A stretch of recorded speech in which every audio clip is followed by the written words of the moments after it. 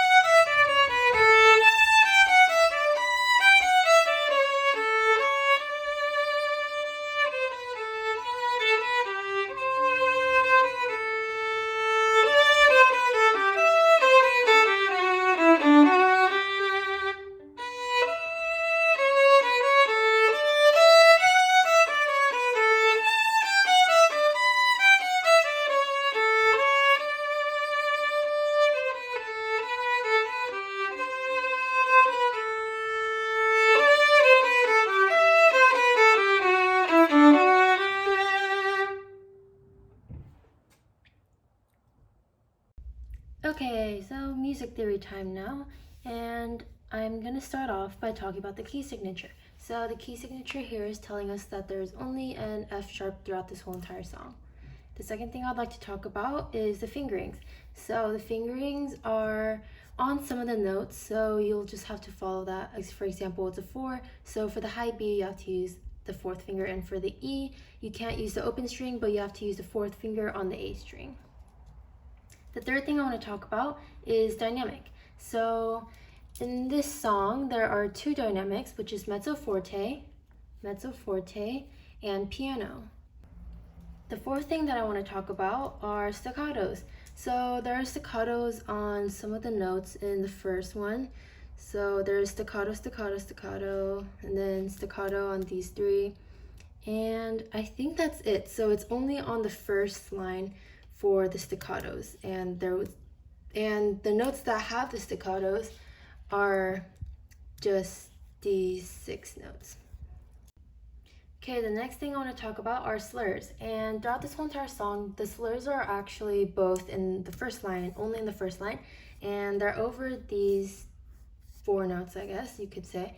And since they're staccato notes, since there's staccatos on the notes with the slurs, you would still play them with the same bow, but they would be staccato. So I'm going to give a demonstration on this really quick, but know that the slurs are only on these 4 notes throughout the whole entire song. The next thing I want to mention is the repeat signs. So there are repeat signs throughout the whole song, and when you heard me play, you probably noticed that I played certain sections twice. That's because of the repeat signs. So since there's one here, you would play these 2 lines 2 times, and then you would move on to here, but since there's a repeat sign here and a repeat sign here, and the dots are facing each other, you would play this whole section twice as well. So this section twice, and then this section twice. And the last thing I want to talk about is half steps. So if you can see here, there's this little V connecting 2 notes, right? And these are just 2 examples of the half steps in this whole entire song. There's more, but these are just the 2 examples throughout the whole song. So half steps are basically when the notes, when your fingers, when you play the notes on the violin, are right next to each other. So when you play the note da-da, on the violin, your fingers would be right next to each other when you play the 2 notes. So for example, this is a C natural and this is a B. So when you put your finger on the violin to play those notes, they're going to be right next to each other. And I'll give a short demonstration right now. Okay, so the first thing I'm going to be talking about are staccato slurs. And like I said, staccato slurs are notes with staccato, but they're connected by the same bow. So if 2 notes were slurred but didn't have staccato, it would sound like this. So the notes were very legato, they were very connected, but if two notes with a slur had staccato, it would sound like this. So as you saw, I played both notes with the same bow, which was a down bow. I played both notes on a down bow, but the notes were disconnected, like when you have a staccato. When you have a staccato, the notes are very fast and short. So the two notes still have a staccato, but the only thing that's different with a note with a staccato and two notes with staccatos with a slur is that you play the staccato notes with the same bow. And the second thing I want to talk about is half steps. So again, half steps are when your fingers are right next to each other when you play a note on the violin. So an example of a half step in the music was a B and a C natural. So this is a B, the first finger on the A string,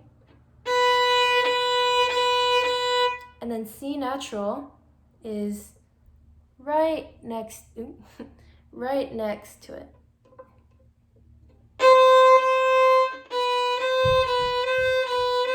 So there is no space between the two fingers, and that's what you call a half step. And usually the V that you saw in the music that I wrote, that's usually how people or musicians mark a half step in music when they want to remember if two notes are half step or not. Okay, that's the end of the lesson for today, and thank you so much for watching, and I really hope that this video maybe helped you learn the song or review the song or just go over some of the terms that are within the song.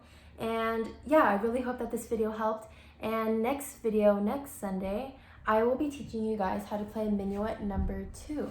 So it's kind of like a part 2 to the song we learned today, and this is it, and this is actually a full page long with a lot of repeats. So it's quite a long song. It's definitely much longer than the songs we learned so far in my lessons. So again, thank you so much, and please remain to stay safe and healthy, and I'll see you in my next video. Bye.